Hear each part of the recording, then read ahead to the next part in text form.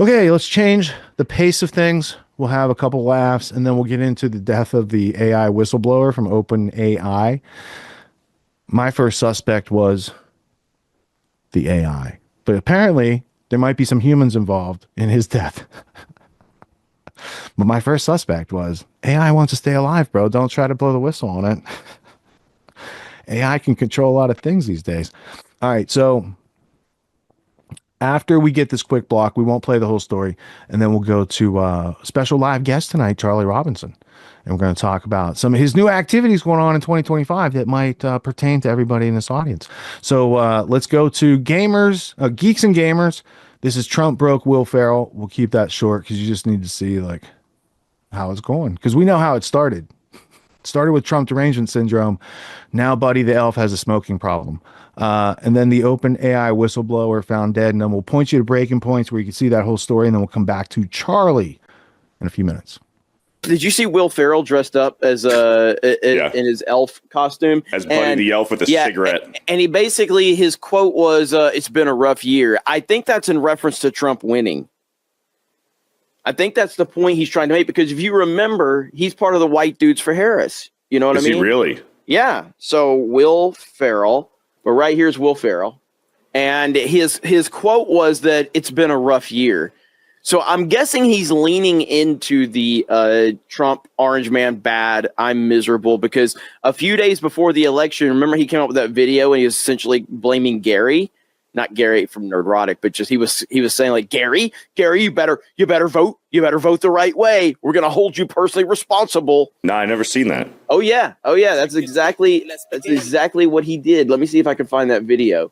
So I'm assuming that's what he's talking about when he's saying it's been a rough year. And I hope so, by the way. I absolutely hope that that's the situation. Let me see if I can find this video of him crying. Here it is right here. Here we go. Right here. Here we go. I'm just one person? No. Shut the up, Gary. Last time, only a few thousand votes kept Trump out of office. And this time, we will hold you personally responsible, Gary. Don't forget to vote. So there's that. So now you bring it to this, okay? And he's very upset. And I hope that he's very miserable right now. And hail to Gary for getting Trump elected. So, shout out to all the Garys out there that voted for Trump. Dude, we've said it before, man. All these celebrities that were pushing for Biden and Kamala, they got something to hide, bro. Yes. They got something to hide, man. They got skeletons in the closet that they don't want anybody to find out. They're on some list, some flight log somewhere. Yep. Those that preach the loudest have the most to hide right there. So, these celebrities are out of control, and their misery makes me very, very happy. So I've always liked Will Ferrell. I've always enjoyed his movies for the most part. I mean, some of them are cringe, but like Step Brothers is fantastic. Talladega Nights is great. Obviously, Elf is great. Anchorman. Anchorman's his best movie. Yeah, I've liked a ton of his movies, but he's a left-wing nut job, man, and that's just the reality of it. Nothing's going to change that. So enjoy your Happy New Year, Will Ferrell. I'll just say that. Happy New Year. MAGA New Year, Will Ferrell. And hail Gary. It looks like signs of struggle, looks like blows either to the genital area or to the head, and then it looks like he tried to crawl to get help and died in his pool of his own blood trying to do that. Would OpenAI murder a whistleblower? My name is James Lee, and you're watching Beyond the Headlines on Breaking Points.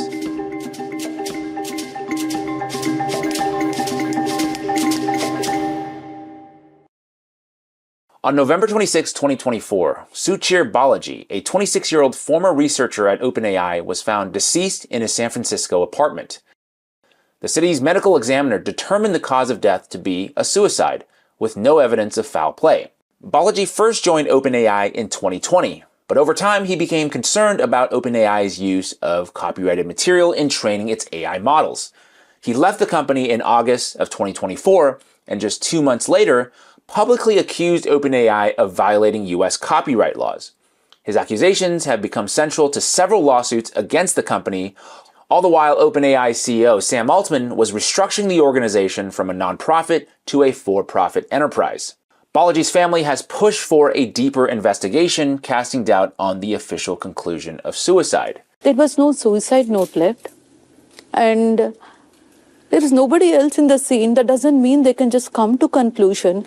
And we have seen the bloodshots in the bathroom, signs of fight in the bathroom. Balaji's departure from OpenAI, his whistleblowing, and his involvement in several high-profile lawsuits against the company raise a troubling question.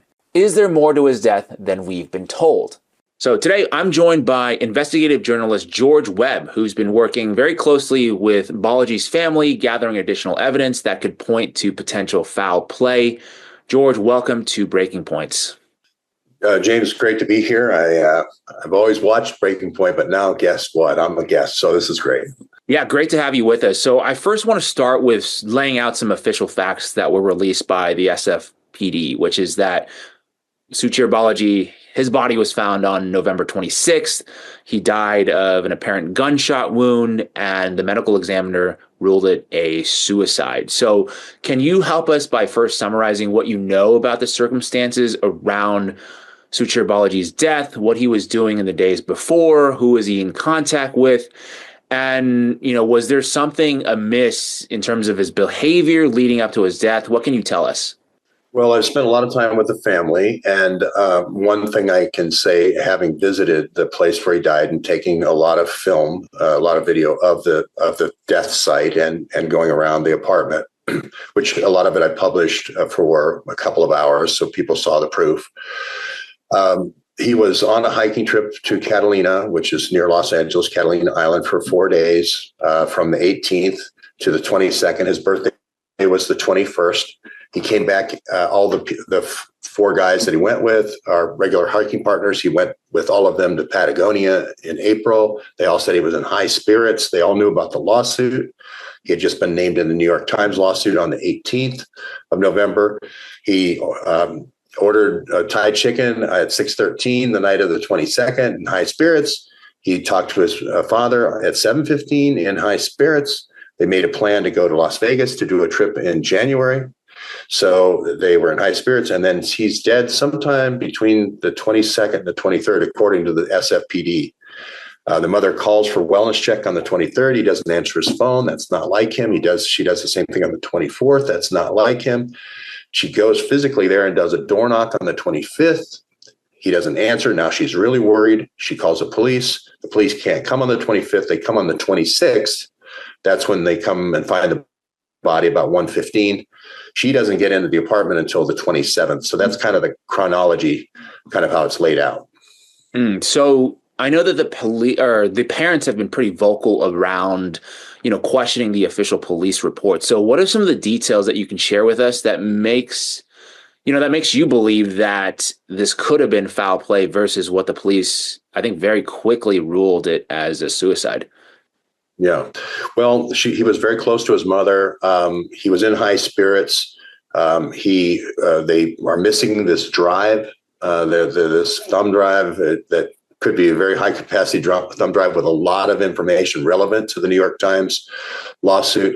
Him being named in the lawsuit on the 18th, him going public, saying the New York Times copyright violations in a big article on the 26th of October. All these things don't look good in terms of timing. It's sort of like being named as a mob witness on the 18th and being dead on the 23rd. Well, yeah, you could be suicidal, but it could be that you're killed by the mob too. But then seeing the physical evidence, no suicide, these are circumstantial things, but actually seeing the physical evidence. The physical evidence is he's standing by the sink in his own bathroom, 835 square feet apartment in the Haight district of San Francisco. Looks like he's dripping blood straight down in a raindrop spatter pattern. So he's sort of hit from behind or from the side. And there's a small waste can that's knocked over. It looks like he's flossing his teeth because one of those little floss brush things flies out of, and you can see that on the floor. Then it looks like he's turned around, and then he is forced to sit down in his bathroom. The bullet goes through between the eyes, a little bit shading over toward the right temple, and then misses the brain. Again, who shoots himself and misses their own brain at that point blank range? It lodges between his C1 and C2 in the back of his vertebrae. So it's, you would think a Glock bullet would go through the body. It seems like a lower caliber. But anyway, he turns while he's seated, falls forward, and then there's 3 distinct pools of blood. It looks like he crawls through and gets to his bathroom transom, the doorway, and he gets his head out of the bathroom and bleeds to death there in a very large pool of blood there. So it's really the blood evidence to me that said this person was hit.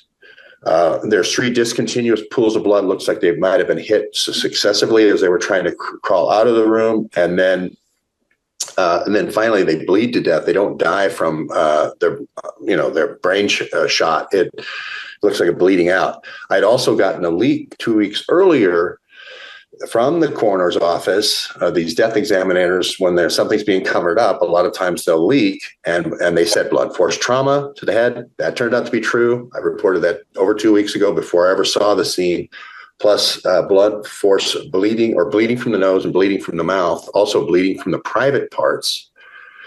Now that we don't know if the straight down blood drops of somebody kicking him, from in the genitals or something from behind, and that's where the blood's from. We don't know the answer to any of those things yet, but it matched what the leaks were from the coroner's office. So for all those reasons, it looks like signs of struggle, looks like blows either to the genital area or to the head, and then it looks like he tried to crawl to get help and died in his pool of his own blood trying to do. The mention of the USB drive, I want you to hold that thought, that he might have had something on a USB drive. Hold that thought for 20 minutes, because the next story picks up with a Hillary Clinton whistleblower who had a USB drive and had some really not interesting things happen to him. But first, Charlie Robinson's here, and he and I talked last month, and he had exciting plans for 2025, and he's a man of his word. He did what he said he was going to do. And so I said, Scott, can you get him to come here and share the good news and the cheer for 2025? And Scott hooked it up. So Charlie, how you doing? I'm good. How are you? It's good to be here. I am doing fantastic and wonderfully well in this new year. Congratulations to you and Macroaggressions. What have you cooking for everybody in the freedom type of movement? People who are interested in individual liberty and freedom without taking away other people's rights. You have been doing a lot of foundational work on your own, and now you've gotten into an expansion mode where you saw opportunity and you stepped up to entrepreneurial risk and you hit the ball out of the park. So tell us all about how far you've gotten around the bases. Well, I'll tell you this. In July, I was approached by the owners of Activist Post, and they said that they were interested in, after almost 15 years of running this fantastic independent news website, that they were looking to transition and do something else. And they were wondering if I would be interested in buying the company and assuming the control as the editor of Activist Post. And I said, no, absolutely not. Even though I thought about it, and I really kind of liked it. I liked the idea. And then about 48 hours later, I emailed him back and said, I changed my mind. I would love to. I mean, I was obviously flattered that they would even consider me, because I've been reading Activist Post for 10 years myself. I'm very vocal about how it's one of my information sources that I've been using for a long, long time. And not the only one, of course. I like to get a variety of news articles, but I know that if I go to Activist Post, I'm going to find half a dozen stories that appeal to me right away. So it was, it seemed like a good fit. It seemed like a really good fit, because, I started with writing books, and that transitioned into doing interviews to promote the books, because otherwise, there's no publisher that's going to like push you or promote you. You're sort of on your own. So in the process of promoting the book and going on podcasts as a guest, that turned into a podcast of my own, which has been fantastic. Macroaggressions, which started right when COVID kicked off in March of 2020. And we just crossed over our 500th episode. So as I'm sort of taking, stock of where we are and analyzing my capacity to add on additional projects, I wouldn't have been able to do this a year ago with TNT radio when I was doing that. That was too much of a burden on me, just energy wise and whatnot. But the timing was perfect for this. And I really thought, and I really believe that in the independent media, we have a tremendous opportunity here because there are so many people out there that I consider to be free agents looking for good information somewhere. Maybe they had been asleep at the wheel for a long time and had been watching MSNBC and CNN and Fox News and just assumed that that was the only place you could get information. But over the last couple of years, be it COVID or being told that Biden is capable and fine and everything's great and that we're a stunning and brave country, they just got to a point where they just did not trust the media anymore. Now, we've all crossed that threshold years ago, but everybody wakes up at their own pace.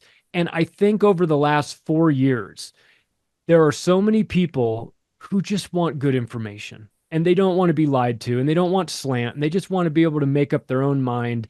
Let me read some articles. Let me see what's out there, and then I'll have my own opinion. They don't want it packaged and force-fed to them. And so I think that with an independent news website like Activist Post, positioned properly, you can really grab a massive audience that's out there looking for information and maybe doesn't know exactly where to go. And so what Activist Post does is it republishes other people's articles. I'm not writing articles yet. I will at some point, but for now, we're going through and finding the best articles from the content creators that I know and trust, who have great reputations, whose information is above reproach, who do the work to make sure that they get it right. And they're not ideologically aligned to any red team or blue team. They just want the truth. And so we're packaging that up at Activist Post and offering it for free to anybody who's interested in adding that to their news source. And I think that it's a great place for people to just go there, bookmark it, try it out for a week, check it every day, see if there's any stories that you like. If there's something you like, then I ask this of you. You play a role in this. Take that information and please share it with anyone that you think might benefit from it. Maybe it's social media, maybe it's just your buddy who you're trying to slowly ease into some of the topics that you're into. But whatever you can do to get that information out there, that's your role as a viewer. You get the content for free, and that's fine if you choose not to do anything with it. But I certainly hope that people will take the additional step of sharing it with those people close to them and start those conversations, because it's real important that we get honest about what's happening right now. It's quite literally life or death as we move forward in this. You cannot go out into the world with your brain filled with nonsense that's given to you by the corporate press that has a vested interest in keeping you uninformed about the world. So I think this is a fantastic opportunity. They built a great reputation over the years at Activist Post, and I'm honored to take on the mantle and to continue to make sure that the truth is read by those who have the eyes to see it. It can also be a meme clearinghouse, bro. For sure. I mean, we're going to get wild over there. We're going to talk about some things that'll get you rightly thrown off the internet, but spoonful of sugar makes medicine go down. If you get people coming for the memes and staying for the longer form, more educational content, that could be a nice mix that you guys have. Because when I thought of Activist Post, when you first said it, yeah, articles, but I remember some of their memes, some of the statements that they made through, the visual content we know as a meme, very powerful and memorable. And I'm sure if I look in my Twitter archive of such things, there's a bunch of those in there from those guys, because it's well constructed, well thought out. Like there was an architect and a blueprint, and there's a point to things, and it's not just posting anything that's just out there on the internet. It's like, these are people interested in freedom, and these are people educating themselves and getting out of all these uninformed decisions that turn into like the Gulliver's strings of slavery that hold people down. And I'm proud of you for stepping up and being an entrepreneur and taking on that risk and not saying, oh, that's for somebody else to do, because there's other organizations, there's publishers, there's other places that have similar problems. Some of their creators in these cases are at the point where they'd like to set things down and pass the torch to a next generation. And if entrepreneurs aren't out there ready to accept those risks and say, yeah, I've been a fan of your work and I would love to carry those types of things on. Otherwise, a lot of the freedom that's been created over the past 20, 30 years gets extinguished. Like there's no one carrying on Bill Cooper's work, right? And good luck finding an unbiased, objective window into what that man contributed, or Alex Jones. They have done their best to only present funhouse mirrors so that you're like, oh, people who listened to those people or thought they were interesting, or even David Icke, man. I mean, David Icke does a good job of taking himself out of context sometimes, but it's like, there's a lot you can learn from any of those people that are highly flawed individuals, right? Human beings. But the wisdom that they're passing on is things that they've encountered in their life that resonate with that which exists, right? So Activist Post is a place where these ideas from all over the interwebs can proliferate and percolate. And, it could be on, any of my colleagues' website or post, but not everyone sees that. But if it also gets duplicated over here at Activist Post, now people who are reading through, they're like, oh, well, let me go see what Jason Burmis, what else has he done, right? Or Derek Bros or whoever, right? So in these cases, that type of central hub of bringing this stuff together, of condensing it, of distilling it and purveying it, I think that's just you standing in the desert at an oasis with a Berkey water filter, giving out the clean water, Well, it also helped that after I had made this decision and I was thinking about, and I had 3 months in Las Vegas with my mom who was very sick, and I had this time to think about what I wanted to do and what was important to me. And right around this time, I get the invite, as you did, for the Independent Media Alliance. And in this intro video, which is Derek Bros, Whitney Webb, and Ryan Christian talking about their vision for this, Whitney makes a comment that it would be fantastic if we had an independent news website like Zero Hedge, she mentioned, which I love, and I consider them to be very sort of close to Activist Post. If we only had one of those places that we could put everybody's info, that would be fantastic if we could do that. And I heard that and I sent Ryan a message and I said, I'm really not supposed to talk about this quite yet, but this is the plan and this is what I'm doing. And I'm going to carve out a home for the Independent Media Alliance there as well. Not exclusively, of course. I mean, we'll have writers from all over that are contributing content, but it's going to be a great place to catch all of the work of those outstanding journalists and content creators in one spot. Super friends need a hall of justice, bro. For sure. Yeah. And that's what we're going to provide. I mean, you talk about like one of the big fears that you have when you're starting to build on a platform is, am I building on quicksand? I mean, am I building my YouTube channel just to have it get taken away from me because the algorithms changed, or some guy makes a decision, I don't like this account, or I don't like you talking about this particular topic, and boom, you're off.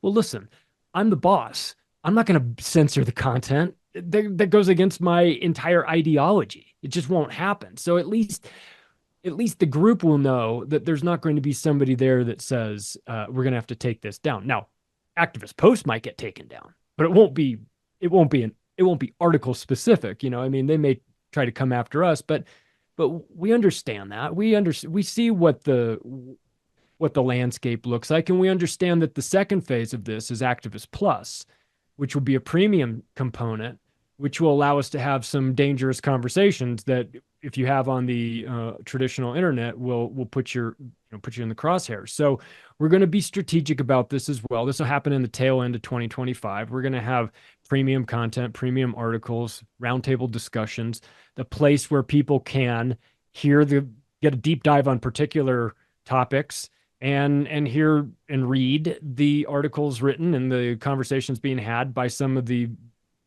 gutsiest investigative journalists out there. So I think that we have to do that. We've been having these conversations. I did this at Anarchapulco during the content creator panel that I was hosting there, I asked everybody, what's the most important thing for keeping in touch with your audience? I mean, we all know the censorship's coming, but what do you do to connect with your audience? And they all said the same thing: email.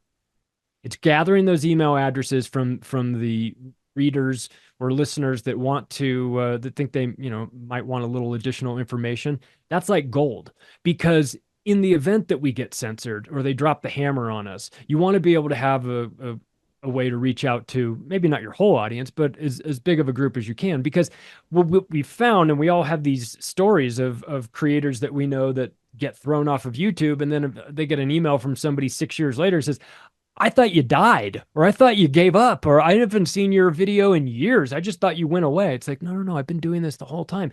We got disconnected because of the censorship component of this that YouTube or whoever had put in place. And so it's very important for us to establish that connection with the audience. And you might think an email connection is nothing, but it really is. It's one way to stay in touch, and we're going to need that. And so, I wanted to make sure that we build that up, that connection with the audience as well. I came at this from a totally different angle. If I was just a traditional investor, I would have looked at what happened in 2016 with the You would have looked to see if it makes money. The disinformation 200. I would have looked at that and said, "Oh man, that's edgy. That's dangerous." Yeah. You were flying too close to the sun, and you got that tag put on you, and they took away your Google AdSense money, and they throttled your reach, and they took you from whatever revenue it was before to basically nothing after that. An investor would take one look at that and say that that doesn't appeal to me. Volatility. Volatility is good. Yeah. Volatility is what you need, right? That's what the Bitcoin people will tell you. Like this is a you got high vol, you get high upside too. But I see this as you've been banned. You're one of the 200 disinformation websites, along with the Free Thought Project, WikiLeaks, and Zero Hedge. I see that as a benefit, not some sort of blight on activist post. I think I'm going to add it to my resume now for activist post. I'm going to send you the article that my work was mentioned in alongside of those types of things, because there's people that write academic papers and they cite places that are like conspiracy. And I got into one of those papers one time, very proud of it. Showed my mom. I'm like, hey, look. Made it. We've made it. They've used the. I got lumped in with a bunch of my colleagues. Isn't this cool? Yeah, I mean, you were probably on the list too. Ryan was on the list. There's a whole bunch of people. That's why I was like, oh, I was reading through like, oh, word. Oh, I'm in there. Oh, geez. Oh, where that was funny. Interesting. Badge of honor. Never expected to have that. Yeah. Yeah. It means you're doing something right. I mean, look, if you're putting out news that the establishment is happy that you're contributing to the universe, that they would just pay, right? I would just work for them. They would pay me, and I would say what they tell me to say. And sorry, all those jobs are taken by idiots. And it reminds me of the Noam Chomsky quote where he's talking about this. He's talking to this journalist who's saying, what are you saying? I don't believe the things that I'm saying. And he's saying, no. What I'm saying is if you believe something different, you wouldn't be sitting in that seat at the BBC. Exactly, dude. So it's not so much that you're going to force somebody to say something that they don't want to say. It's that you're just never going to hire somebody like you and me. It's just never going to happen. I mean, we would be too difficult. Our thought process is too incompatible with the mainstream, and I'm proud of that. And that's one of the things that I think will help us to stand out, is that we're not the mainstream media, and we're not the mainstream alternative media, which is the new iteration of it. That's they lost the battle on your television. Now they've moved it onto your computer, and they think that you won't notice. Well, I think it's time for people to also find out like what's upstream from their culture. They watch these shows with millions and millions of people in the audience, but you'll find that those shows take facts from people like Ryan Christian and Whitney Webb and James Corbett. I just heard Corbett being referenced. Where was it? What show the other day? I wanted to send it to him like, bro, they're talking about your work finally over here. Well, but these things, like we've all been here doing this thing for a long time. Some of us 20 years at this point. And now the tide has turned where they have experienced enough discomfort where they're interested in what the fuck is going on. Who are these people? Where are they? What are their names? What's their agenda? And what do we do about it? And we're all like, thank you. Thank you. Thank you for showing up for life because we only have one life. These people are taking major strides. Like just giving a presidential medal of freedom to Soros and Hillary Clinton is the biggest slap in the face to anyone who believes in freedom in the first place. Yeah. And it shows you what type of, propaganda mill that place is. Ralph Lauren, U2, Bono, like they're just handing it out to anyone who could be good marketing. It's the night of the empire for Americans. Right? They were basically knighted today, and they're kind of untouchable. If you got a presidential medal of freedom, you're pretty much untouchable. I don't know if you get on an official list that you can't be fucked with, but you're pretty much untouchable. That's who they want to be protected with untouchability. Bono and his Jimmy Savile glasses and all the other things that come along with that band of Fruit Loops. Yeah. Yeah. I was just going to say, who is our Jimmy Savile then? Because the UK, when they give you the OBE, they've got the Jimmy Savile system. So I wonder. Well, Epstein went to the White House 26 times or whatever under Clinton. He was the Jimmy Savile of his day. Yeah. So these types of things you could learn about on Activist Post. You can learn about Pizzagate. You can learn about all sorts of stuff. Comet Ping Pong, George Soros, the New American Bridge, or what is it called? The 21st Century Bridge. I'll look it up here in the History Blueprint because there is a George Soros donation to Comet Ping Pong that you weren't allowed to talk about in certain places for a long time. I'm probably not allowed to talk about it right now. Oh, he just likes that sort of pizza when he comes to town. Dude. He's just a man of the people, supported. He likes to play ping pong. Soros funds Media Matters, right? I assume. Yeah, and that's Alephantis. Well, that's between Alephantis and Brock. There. Yeah. Lynn Forster de Rothschild funded David Brock's book parties. She's into WikiLeaks with all these guys. So this is the reference. American Bridge, 21st Century. Soros gives $11K to Comet Ping Pong through the proxy of this, foundation, right? So there's receipts. This is the whole thing. And like I said a couple weeks ago, when Hillary Clinton's IT guy started hacking into my firewall, that's when I stopped playing the game because nobody's like, my family doesn't have anything to gain from me pursuing that story, right? I'm not a big journalist. I'm not cracking stories. I just wanted to know what was up. And when I get touched like that by the IT person, I went and didn't tweet. I didn't tweet for a long time after that. I continued looking stuff up. I was just more cautious and not talking to people in the open about it, right? But these things are still real because the guy who made this donation just got a presidential medal of freedom. And there's a lot more to that story that hasn't been adjudicated because of Trump derangement syndrome. And when you have TDS and it protects pedophiles, I think it's a problem for more than just one person to deal with. So anyway, Charlie, Activist Post is a place where uncensored conversations and research and these things can be shared, unlike some of those things on Reddit where they're like, oh, you can't talk about that. Sorry, you're not allowed to put an alternative perspective, which is the whole comparison contrast that people need in the first place to make decisions. If we're only shown the propaganda, that's the purpose of censorship. So you don't see anything other than the propaganda. And if there's not an activist post there for 3 to 10% of the population to be like, oh, we see outside the narrative, you don't have safety and security anymore. You need a certain percentage of the population to actually have a clue what's going on and to be able to make actions that add up to freedom sense. Right? Not play into the game of tyranny and despotism and, go do something violent because the other side's armed to the teeth, right? They're just waiting for people to do stupid stuff so they can use LRADs on people. You have no idea the crazy technology that they have cooked up to use on anyone who wants to resist their system in certain ways. So you have to be more thoughtful about it. You have to understand they have a game, they have a goal, they have a lot of momentum, and they're 120 years plus into it. So they're not going to change their plans or their personnel anytime soon. So now we know where they're going. We know what they're trying to do. They're trying to take away your First Amendment, your Second Amendment, your right to redress grievances, all these good things they don't want you to have because that would make you too challenging to their plans. And their plans must be anti-freedom. Otherwise, it wouldn't be challenging to you. Right?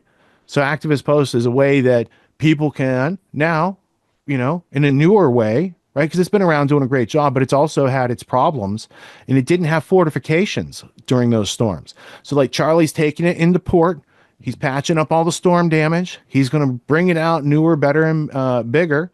Or am I speaking too out of turn here, Charlie? No, am I assuming too much of you? we built a brand new website. We built Activist Bigly. Post from the ground up. I mean, after 15 years, it was heavy. It was not great on mobile. It was not as secure as it could been. And I said to the guys who worked with me on it, I said, it's got to work on mobile. It's got to fly on mobile, because that's where everyone's getting their news. And it's got to be secure because I don't want, Langley trying to peek in there at it. But it's a place where, I joke with Steve Poikonen about this because I say that, his AM wake up show, they should, instead of calling it the Today Show, they should call it the Tomorrow Show, because it's like getting your news from the future. And that's really going to be important for us moving forward. It's how good is your news and how fresh is it? You mentioned like how these some of the members of the alternative media are finally starting to talk about the things that we've been talking about for years. Well, I guess good, but that information would have been real helpful 3 years earlier, right? And that's where we are. We're putting out the information right now you're going to feel like you're getting news from the future, because the rest of your friends are going to hear about it 18 months from now. And you're going to be like, oh, I read that on Activist Post like in 2025. I've known about that for the last 2 years, or, and because of that, because of the information that you get, the quality of the information that you get, you can plan accordingly. You can make moves that other people can't make, because you're going to be able to see what's coming in advance of it. So it gives you a strategic advantage in terms of position in your life. You need to know what's really going on, and you need that information as soon as possible, not 3 years from now when it doesn't do you any good. It's like, oh, the jabs are dangerous. Well, no shit. That information might have been handy in 2021, not 2024. It doesn't do anybody any good. Oh, it turns out that these things are actually really dangerous. Yeah, we knew. We were talking about it back then. You called us crazy conspiracy theorists, and you threw us off of all the social media sites. Like, where is our apology? How about this? We're never going to get an apology. How about this? How about you just get on board with our version of the news now, and then you won't have that problem in the future. There's no market for apologies or excuses. I'm just letting you guys know there's no market for it. You could create a market. A lot of excuses might go into that market. I don't know who values them. That's my point. Yeah. I'll tell you what, on top of that, when I rebuilt the site, one of the 8 sections is solutions. And it's solutions because if we're just complaining about the problems, but we're not offering any solutions, then what the hell are we doing? So you've got to have that. And so we're going to talk about a variety of topics that are important to us, of course, but then we're also going to tell you how to make some moves, because you're going to know that you need to. You're just going to ask how and where and who? What's the best possible. Yeah. Who do I need to talk to? Who should I be reading? Who should I be listening to? Where should I I'm not licensed to give financial advice, so we won't be doing anything like that. But I'm going to put in front of you articles that are relevant to where technology is heading, where the crypto industry is going, where the health field is, technology, empire, the economy, and lastly, podcasts. Because I know that a lot of people might say, well, this news is great, and I may not have time to read this entire article, but I'll listen to this 30-minute podcast while I'm going to the gym or whatever. Good. Okay, so that's going to be there as well. So we'll give it to you in as many formats as we need to get the information out to you. So, and of course, our social media component is just getting ramped back up. We have 470,000 Facebook followers. I put a post out yesterday. I got 2 likes. Yeah. Welcome to red shadow listing. Banned? You've been red listed. Yeah. I got 4 retweets for the show. I went over to your website, activistpost.com. The pop-up didn't pop up right away. It was very tastefully timed. I was on the site probably a minute, and then it's like, hey, you might be interested in Charlie Robinson's new book, right? So from a marketing perspective, these are things that entrepreneurs need to have in place. Well played. Here's the site. If you've never been to activistpost.com, this is the site. You got various articles on here that are posted from various authors from around the world. They're not all Tyler Durden, but there is some of that flavor that you might, look at this, Grand Theft World type things. Look at that. You might see those types of things on a Zero Hedge, Tyler Durden, type of publish, right? Yeah. I was just thinking, like, who's our equivalent? Is it the guy from They Live? Maybe that could be like, what was that guy's name? Rowdy Roddy played what character? We could have that guy's name. right? Yeah, that's the guy with the glasses. We're Yeah. the people with the magic glasses, We're and you trying to get other laughed people at. to see. Yeah. And it's like, it's not even like my perspective or opinion. It's just like, just look, read this quote from this book. Now integrate that into your understanding of the world. If it was going back on in 1911 and no one ever did anything about it, doesn't it like follow by logic that it's probably still going on? Let's look for some evidence. Oh, there's a mountain of evidence. No one's talking about it. This must be valuable. This is what they censor and cover up and can't have people know about it. So it seems like independent publishers, it behooves us. You're going to hear that word later tonight. It behooves us to do something about it and warn our fellow brethren, right? Our brothers and sisters here in humanity about these pitfalls that are so carefully camouflaged, but there to eat up your time, your energy, your optimism, and keep you in a rat race where you're always just trying to get the next pellet, right? Someone like yourself, Charlie, you had this opportunity to buy Activist Post. Why didn't you tell them, sorry, I can't do that. I don't have the money for this? Because I had to buy it. It was. I'll tell you why.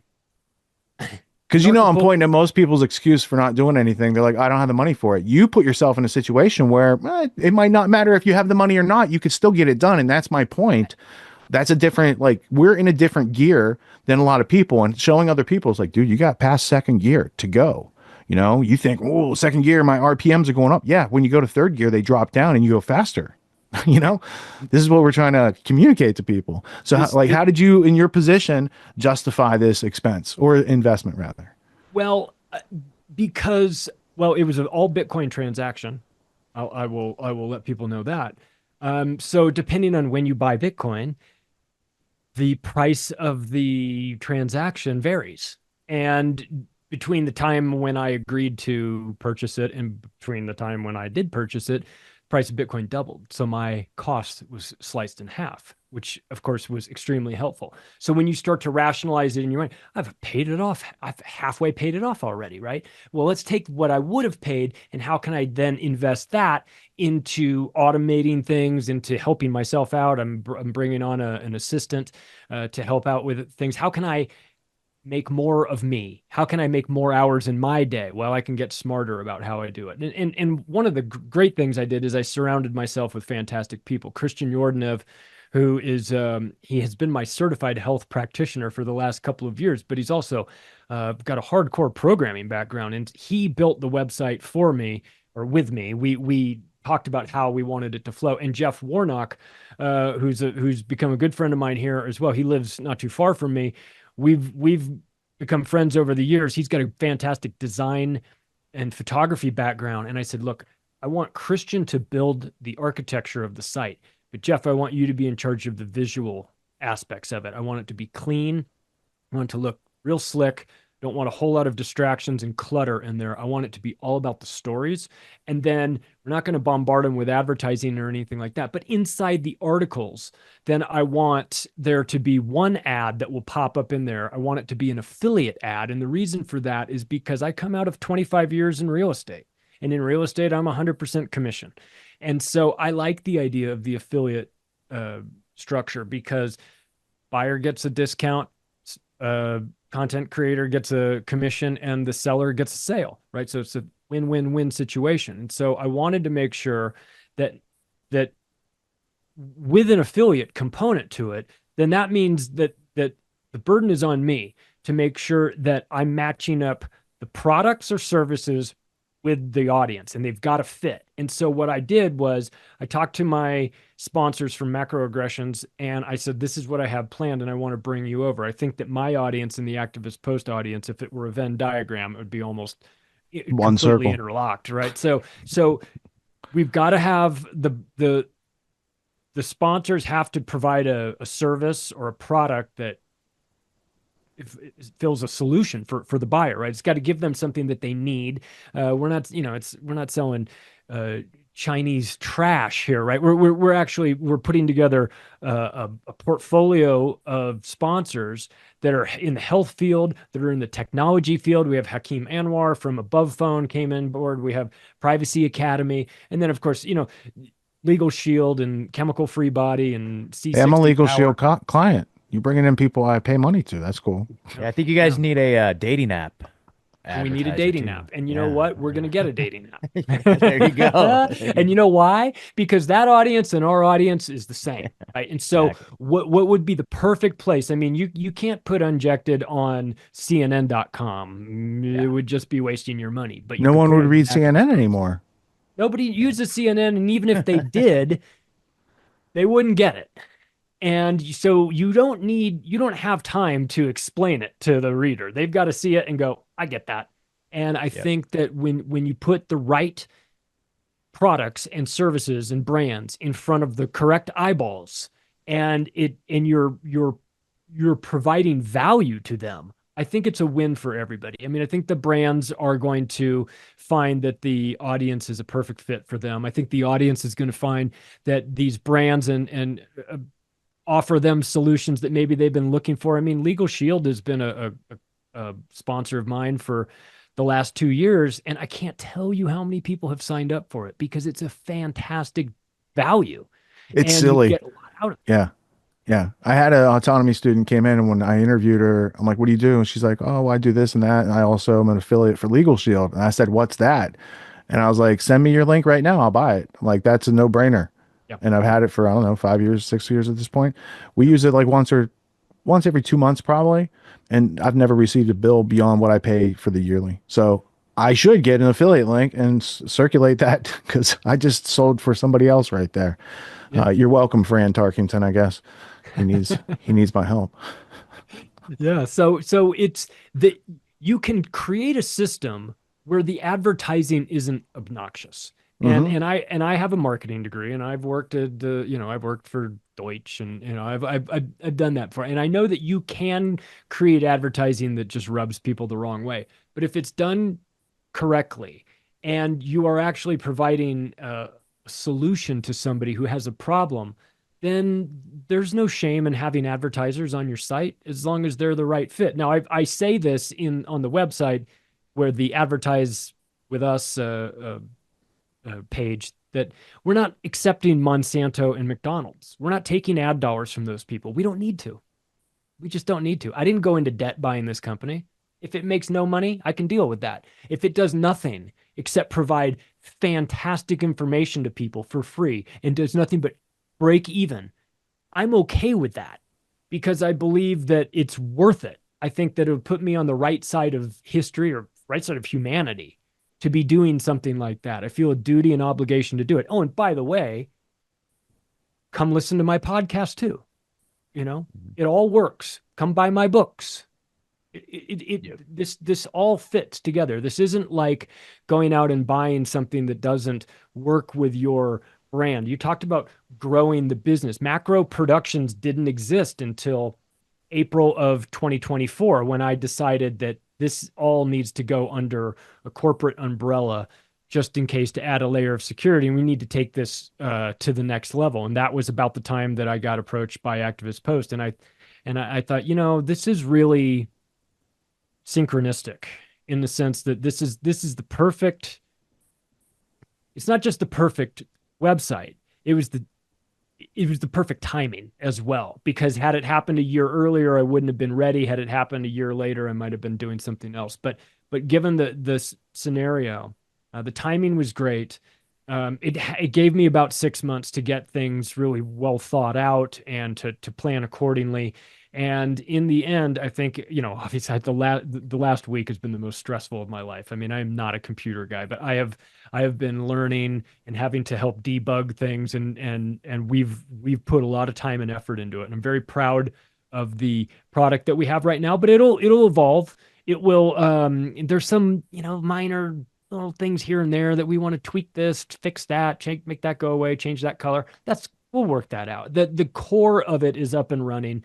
And the articles are there, and that's the most important part. As we evolve, we'll add additional features. And like I said, eventually the plan is to offer Activist Post, and that'll just be a premium site where you get access to content that won't be available anywhere else. It'll be exclusive to the site. So that and that'll also give me, as a writer myself, it will give me the opportunity to then be able to pay the writers who are writing for the premium side. And and we can do this for the love of the game all we want, but we have to pay our bills. And so if we're unrealistic about the money side of things, then we're slitting our own throat. So to the extent that I can, once we get this up and running and start to offer this out to the public for at a premium, then we'll take a portion of that money and pay the writers too. That's only fair. If you're giving us premium content, then we got to pay you for it.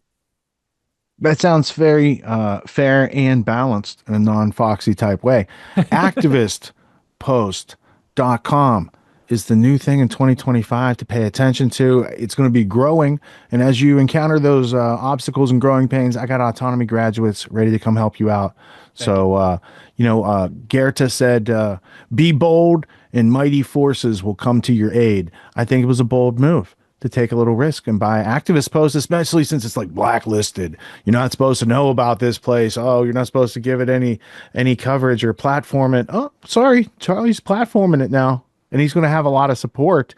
And I thank you for leading the way, because this is a very encouraging development, and I've got some stuff percolating in R&D for that independent media producer project. I like what you're doing. I think it's all synergetic. I think what we are doing is seeing what the universe is trying to do, right? There's the New World Order globalists. They're trying to undermine the universe. It's kind of a retarded position to take in the first place. We see what the universe is trying to unfold. This flowering of human consciousness to the point where we recognize slavery is not a good thing and we shouldn't tolerate it, and a variety of other realizations that are coming our way in consciousness, right? So we see where the universe is trying to go, and we just go and stand in the way, and then all of a sudden things pop up like amazing opportunities where you could do this thing that you never thought you were going to do, and now you're doing it because you've embraced that unknown, because you're an optimist, you're a white pill mentality type person, and you don't think, oh, the universe is trying to kill me by making me the offer of buying Activist Post, right? This is where the universe is going to get me, right? So I want to applaud your effort and congratulate you, and I offer support in a variety of ways that you might need it in the future. And what else can people do to get on the Activist Post mailing list and learn about the updates and et cetera? Yeah, go to activistpost.com, and as you mentioned, there'll be a pop-up after a little while.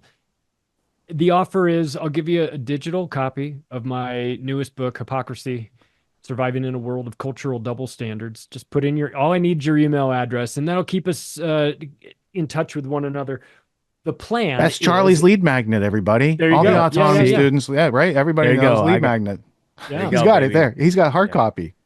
Boom. That's it, baby. Boom. That's it. And it's coinciding with the second edition of Hypocrisy that'll be coming out, the audiobook later this month, and a new cover and a tightening up of the book for the second edition. So that's coming out. But the main reason for the email collection and the email address gathering is because we're going to do a once a week email news blast, top stories of the week, and give us an opportunity to reach out to people in their inbox one time, once a week. You're not going to get spammed. It's not going to be overwhelming. You can opt out whenever you want. But if you want to just get, according to our numbers, these were the most interesting articles of the past week. Here you go. Take a look. See if there's anything you like. You sign up for that. You don't have to do anything. It's free. It'll come to you. We're working on that. That's we're rolling this out as we can. I mean, I've been on the job for 5 days now, so we're doing what we can to get the ball rolling. But we've got plans, and the reason why we have plans is because, as Terrence McKenna says, if you don't have a plan, you become part of somebody else's plan. And if you haven't noticed, we're not interested in becoming part of somebody else's plan. So we're going to think this out. We're going to get straight with what we want to do moving forward. We have a great team in place. We appreciate you and the Autonomy team for coming in and helping with us. There's going to be a lot of overlap here.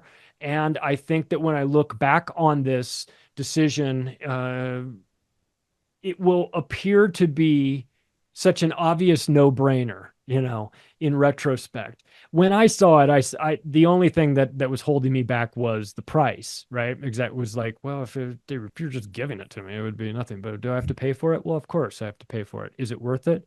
Yeah, it's worth it. The alternative is I can't live with myself if I pass this up. So how much is it worth?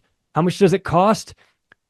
it costs me second guessing myself for the rest of my life if I don't do it. The opportunity, to walking away from that opportunity. And what's it take to make it break even? You have the skills to do that. You know, the market, it's a matter of taking your offer to the market enough times to make it break even. And once it breaks even, then I'm sure you're happy and satisfied and it's a thumbs up. That was a good decision.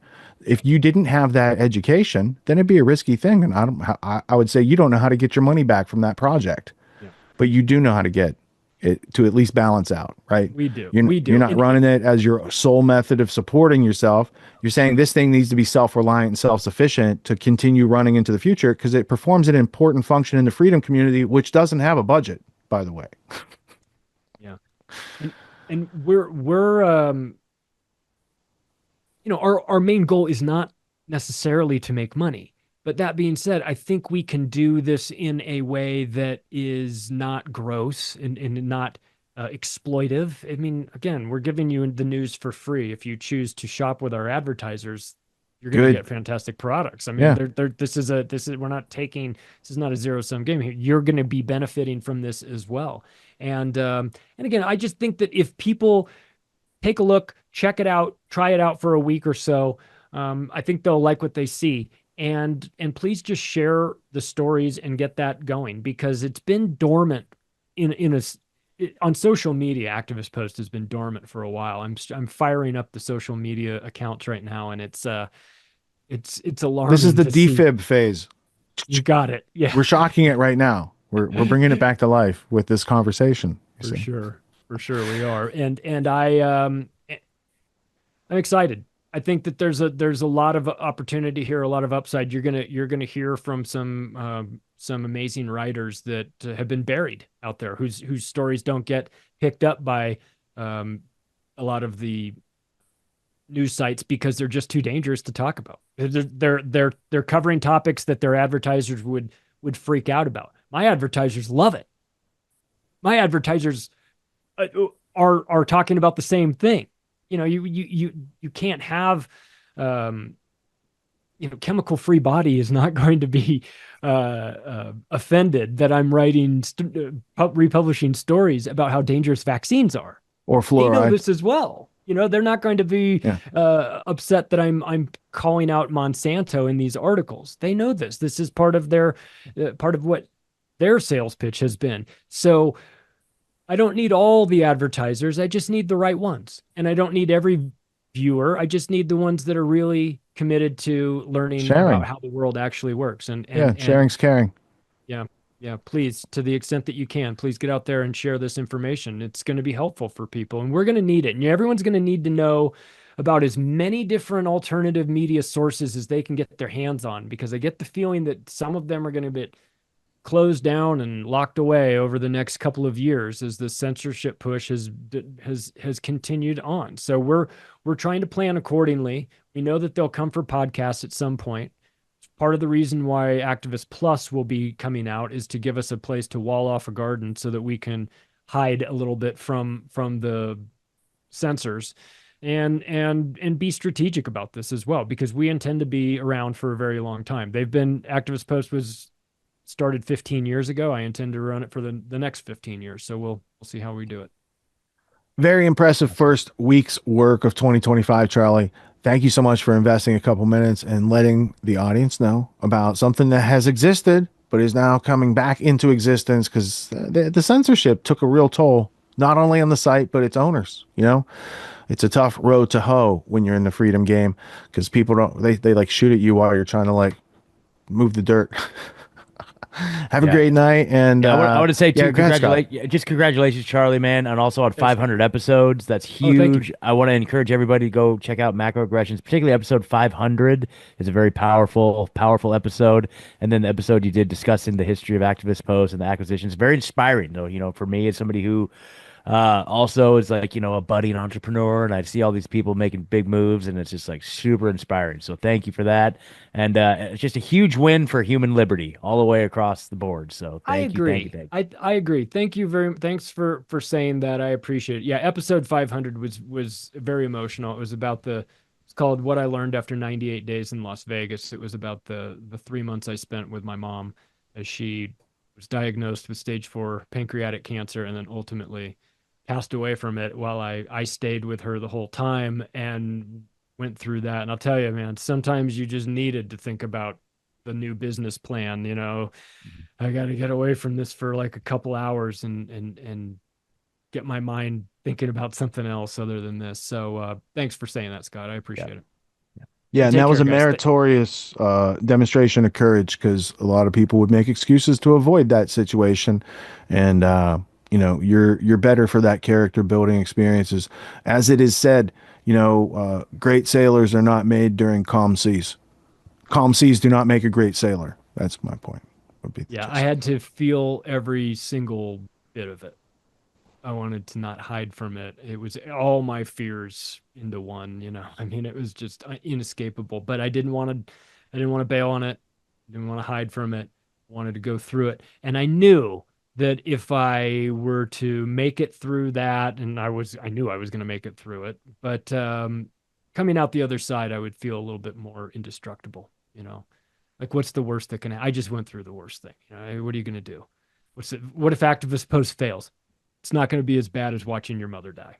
Okay. It's just not going to be. So it's a perspective checker, and also sort of gave me really delineated a real shift from one phase of my life to the other, not just with my mother passing away, I was extremely close to her, but also now with Activist Post taking off, I'm really able to sort of compartmentalize and say, like, this was the first phase of this independent media work that I've been doing since Octopus Book came out in 2017.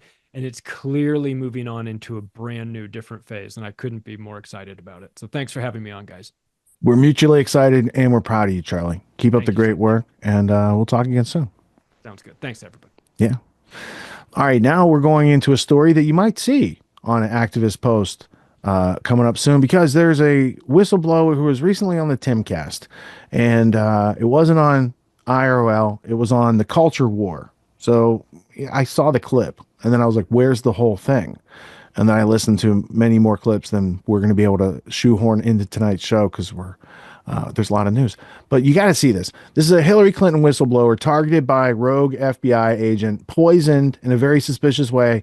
And it all happened after he said he had a thumb drive, and he's under surveillance. And so as soon as they hear that, the next morning, whoosh, things start happening.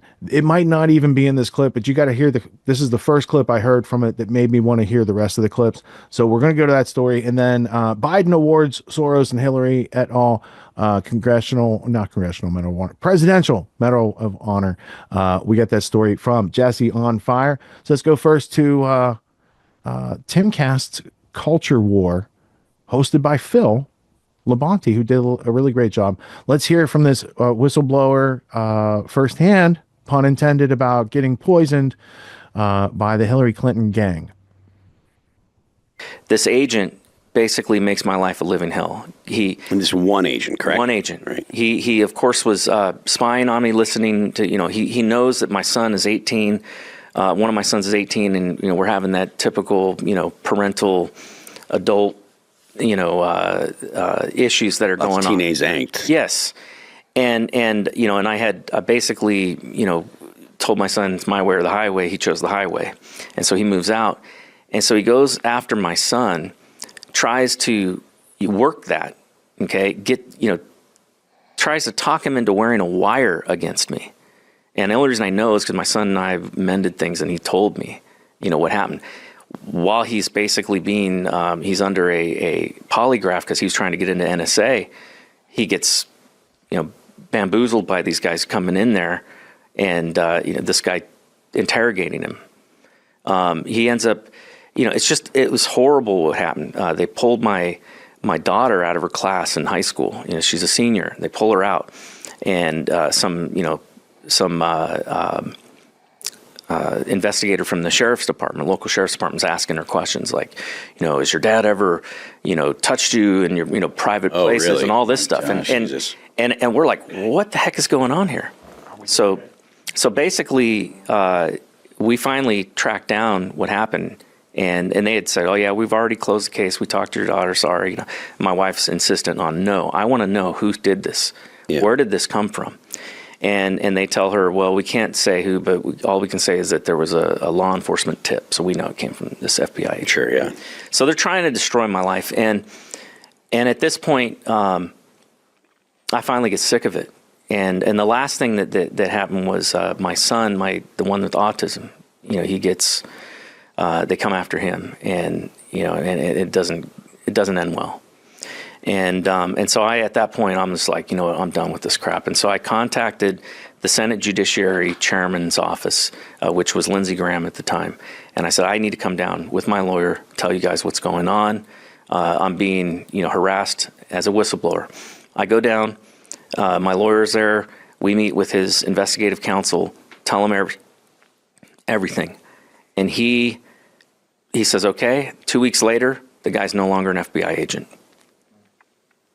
I don't know if they told him, hey, you need to retire. I don't really know if there was discipline or not, but he was not an FBI agent, and that I do have confirmed. And so after this, I decided... You don't know anything more about this particular agent at all? I know his name, and I won't say it, you know, because I don't know what the legal ramifications are of that. But yeah, the guy was clearly, you know, he was running his own op, and...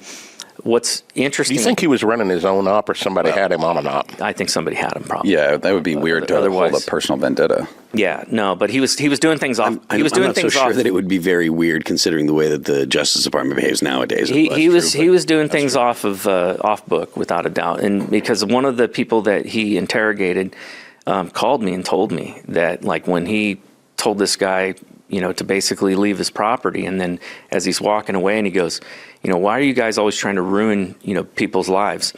And the guy turns around and goes, oh, you just watch too much Fox News. Just like, whoa. So you think he was a raging liberal that had a vendetta for you, or do you think there could have been somebody else pulling the strings? They were effing with me. And I talked to some, I still have friends, and I talked to some people, and I asked them, I said, hey, what's going on?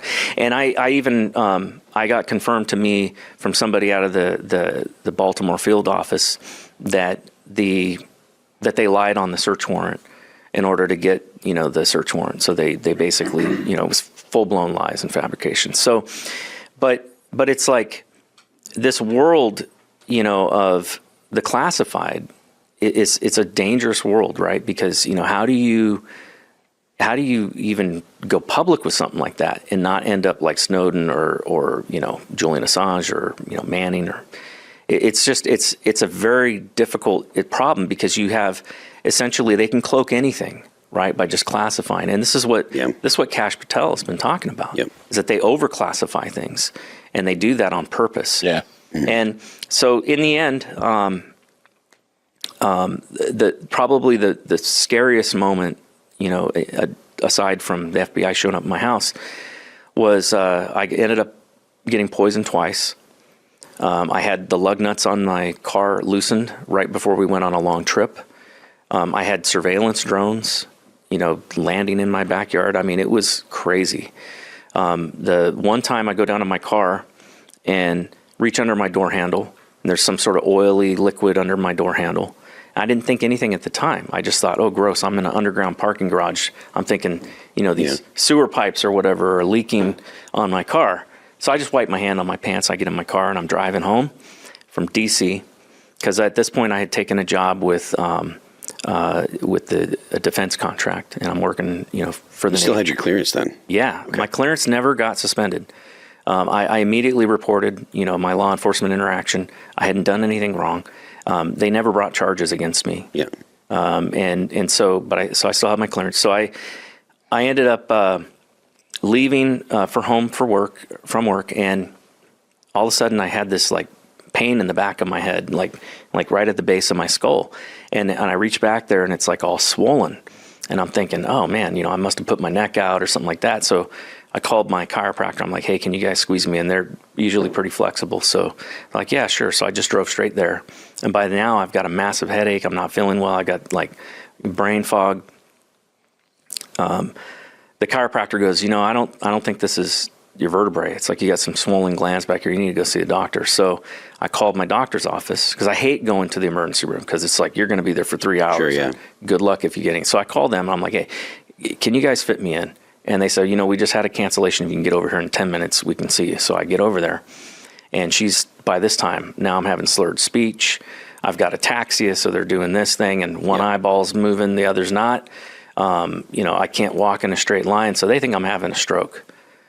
So they're like, you need to go immediately to the emergency room. So my wife at this point has met me, and so she drives me to the emergency room.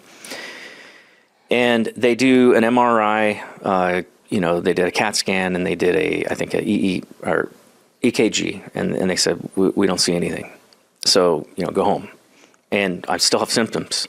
So, go find they refer me out to a neurologist. So we find one of the top neurologists in Washington, D.C. I go meet with this guy. And this is the next day? I think it was like maybe 2 days or 3 days later. Okay. So I meet with this guy, and we have, he does MRIs, MRAs with and without contrast. He does EEG, everything, like every kind of test you can imagine. And at the end of it all, he goes, and this is 6 weeks later, I still got symptoms. And he's like, I got good news and bad news. He goes, the bad news is I don't know what's causing this. He goes, all of your charts don't explain any of this. He says, so the good news is you have pristine arteries. There's no plaque in your arteries. Your brain is pristine. Everything looks great. And I had been taking this vasodilator for a while, supplement. And I'm pretty sure, it's opening up my arteries and veins and stuff. So, and I'd taken it about 2 hours before this contact. And I don't realize until this moment that that's what happened. Because he says to me, he goes, I'm really, he says, if your job was different, I might know what this was. He said, I've only had one client that had charts just like yours, all of the symptoms, and he goes, but your job doesn't make sense for this. And I go, well, what did he do? He says, well, he worked for an industrial chemical plant, and he touched some chemicals with his bare hands. And I'm like, right then, oh crap, I know what this is. And the symptoms lasted that long after touching the? Yeah. Did you clean off the thing that you touched? No. So do you believe that you continued to touch this? Well, it absorbed through my skin. Sure, yeah. But what I'm saying is so you touched it one time, rubbed it off on your pants or whatever, probably got more that absorbed through your clothing. But as you continued to get in and out of your car, possibly, there was residue. Do you believe there was residue? That's why it persisted? It's very possible. Okay. But it also could have just persisted because it could have been a long-acting thing. I don't know. But that's a good question. I don't know. But prior to that, I had another incident about 2 months before where I ended up, same type of situation, ended up in the emergency room with heart attack-like symptoms. And in that case, I had walked into my office and there was like a dust, like a very light film of dust on my desk. And normally I left my door unlocked, but that day I come in and my door's locked. And so I had to get the spare key to get in. And I brush off my desk and immediately start going into AFib. Now, I think now, and at the time, I'm just thinking, man, I'm under incredible stress. This must just be stress. Sure. But now that I think back, I'm thinking, yeah, it was probably, and I've talked to, of course, a number of, experts in this sort of thing. In fact, I contacted the Carlson Institute, which they do all the poison testing for the FBI. And sent the guy my charts and everything, and he's like, "Look, you were probably poisoned with some sort of neurotoxin, anthrax, and then more like some sort of there's a bioweapon. Yeah, they have 14 different chemicals that they know of that can cause those symptoms just by touching them. But he also mentioned that the other incident that I had, could have been fentanyl, could have been some sort of stimulant or something like that. But yeah, I just, so that happens. And then about maybe 3 months later, I'm back to normal. I'm feeling good again. And we have this trip that we're going down to go down to Kentucky. And of course we're talking on the phone, with people about it. And so somebody knew. And we get in my car and we're driving down there, and my son, he's like, Dad, I hear a weird noise coming from the car. So we pull off at a gas station, and I walk around, and every lug nut is all the way at the end of the post except for one. One lug nut is holding that that wheel on. And, we drove front or rear? Front right passenger side. So if you think about it, I'm doing 80 miles an hour on the highway. You lose control if it, yeah. Yeah, I mean, it would have been devastating. Mm-hmm. So after that, I'm like, all right, man, we're done. We're moving. We got to get the hell out of here, because I had somebody show up at my house, and YouTuber or whatever shows up there, and he's got filming me as I'm driving up my driveway, gets my license plate. He's telling everybody where I live. And he's talking about, and making up bullshit that he looked at my resume or something on LinkedIn and is making all these assumptions that just aren't true. Thanks for watching this clip from the Culture War podcast. We're live every Friday. All right, Jesse on fire. So, yeah, I mean, 2025. Like, how would you describe it so far, Jesse on fire? It's like, it looks like we are going to see 2020 again, except all new things, like all new things, you guys. Well, what is your indication of that, Jesse on fire? Well, I mean, in 2020, we had a global pandemic. And so far in 2025, we have a global phenomenon where thick clouds of fog are everywhere on Earth, and people are getting very sick. And this is coming on the heels of, this big, UFO thing, which theoretically, if you were going to run the biggest global psyop of all time, except for the moon landing, you would be like, it's the aliens doing it. It's the aliens. And now if you wanted to just gaslight people into the absolute ground, what else could you do? They're like, well, we think we'll give the Presidential Medal of Freedom to the most evil person in the history of like modern international business. Okay. The Medal of Freedom to George Soros. What are you talking about? Like, what are you talking about? And then who are you going to give it to domestically? They're all, oh God, there are so many good candidates.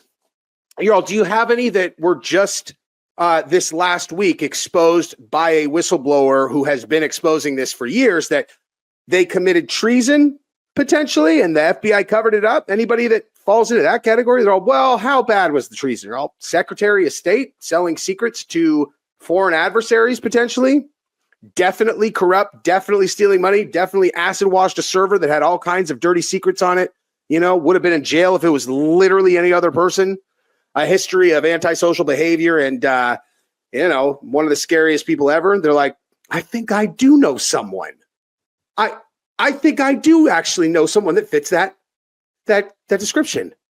Let me see what she's doing. Hillary, are you available to get a Presidential Medal of Freedom? She's like, hang on, let me unchain this person in my basement and see if they're willing to drive me because my driver has the day off. Hey, you, I need you to drive me somewhere. Anyway, so that's going on. We are going to talk about that particular story. But first, I need to tell you about ground news really quick. So let's watch this, and then we're going to get into all of these stories. And I promise there is a lot more. Friends, ground news is doing an incredible job. You should definitely check them out and get the tools to think for yourself and know exactly what you're looking at. Now, let's go ahead and let's head over to ground news. And what is the number one story on ground news is this one. And you actually can see, okay, now this is not a paid ad anymore. This is actually just me talking about how awesome it is. Okay. Because check it out. Now you can see like, okay, so all, the center, left, right are all covering this equally. And let's just look. All right. So, I mean, here's everyone is covering this story. This is what ground news is. It shows like all the different sources, and it's just, I mean, this is insane. Okay. Anyway, so, okay. President Biden will award the Presidential Medal of Freedom to 19 people on Saturday, including Hillary Clinton, Denzel Washington, and George Soros. Why would they jam Denzel Washington into there? You think he wants to be sandwiched in between those guys? I mean, come on, dude. Okay, you. Hey, Bebs, one warning. Oh, actually, nope. You're already going on timeout. You were going to, I was going to give you a warning until I saw the last sentence of that. Anyway, come back with that. I'll just ban you, dude. One warning. Enjoy your timeout. Okay. So the recipients include cultural icons, politicians, campaigners, recognized for their contributions to White House stated honorees, are good people who have made extraordinary contributions to their country and the world. Okay, here's the deal. Good. Let's go to like So Denzel got Presidential Medal of Freedom. Maybe it's to say nothing about that Diddy party he drove away from that certain people were at. They were very close to the administration. Just favors. Those are favors. Look, the idea of handing people, because it's not just men, but it started with men in the military. It used to be you had to incentivize people with like money to go fight. Pick up, they'd leave their farm and go off and fight. You pay them money. And that got expensive. So they're like, what if we give them little ribbons and pieces of metal? They'll die for it. And I think it starts with Napoleon, actually, that trend of, these type of expressions of gratitude in debt to the service. Again, it's like an American knighthood that these people are getting. And, the fact that you'd give it to Soros and Hillary just says how tone deaf that whole side of the aisle is. But we thank you for, like, I tweeted tonight because Elon was like, hey, Soros. And I was like, I quote tweeted it and said, there was a time on this platform when you couldn't tweet anything about Soros without being called certain names. And then I posted a bunch of examples of such things that happened just a couple years ago. So apparently you're allowed to talk about Jorge Soros now. He's like out the pasture anyway. Alexander receives the award for him. And we probably do have a clip somewhere later that also shows it. But we need to move on because we have two major events of the past week and we only have like 4 or 5 hours left in this show. We got to get to it. Can I just say something real quick about that? Just real quick. Yes. This is just an observation about the Tim Pool clip. Just like a side note, not even related to the content, but it's like, I wanted to compare and contrast this compared to like journalistic integrity to people that are really in the journalist game, like Ryan from T-Lab, Activist Post. But like during that clip, there was no lower thirds. It didn't address the guy by name. I was like, who is this guy? This my wife asked the same thing. And I was like, how do I find? Yeah. And I was so like, I checked the notes and there's 3 guests on that show. And I never could disambiguate who was who. Exactly. So I agree with you. Yeah. And so I spent this whole time trying to figure out who that guy was. So just what's his name? So out of those 3 listed in the YouTube video, it's Nate Kane, but they don't give a link to any of his work or anything like that. And so anyway, so I just thought that was it's really dumb. And it kind of goes to say that like, they don't want you clicking away from their content. They just want your eyeballs on their stuff. And they don't care whether you get the information or if you get educated or if you get informed. They don't care about that. It's only about your attention and your clicks. Whistleblowers, authors, entrepreneurs depend on those audiences getting in touch with their work. Otherwise, they're not going to go through the trouble and expense to go on those shows. And so I agree. There's an absence of reciprocity over there. And then I try to be sensitive to that too, because I don't want to be a hypocrite. I want to try to, give attribution to all the fine people who make the clips that we show you guys. And sometimes I forget, but we also have it in the show notes and we have it other places. So, as we grow our skills, but at least we have lower thirds, right? Exactly. And so we're doing pretty good over here. Exactly. You can see who's talking. Twice a year, I teach a course called Autonomy. It's a 12-week course. It teaches leadership, entrepreneur skills, executive skills, all these types of things that I saw were taken out of our education system in order to make the schooling or indoctrination system that we've all probably went through. And it has served us well enough to be interchangeable cogs in the machine of the globalists. But if we want a homestead, if we want write our own ticket, work from home job, work from anywhere type of situation, they're not exactly handing those out at the end of college. They give you a piece of paper and they're like, good luck. So reality is dropping us off here, but the demands of reality are up here. So I created Autonomy to help people close that gap for themselves so they can level up their skills to the demands of the situations that life is putting in front of us presently. Life's demands of intellect and understanding precision and complexity are ever increasing. The schooling didn't prepare us for it. The media is not going to do anything but reinforce what schooling prepared us for. And so we're going to have to take a leadership position and take steps off the beaten path to kind of blaze our own trail in life.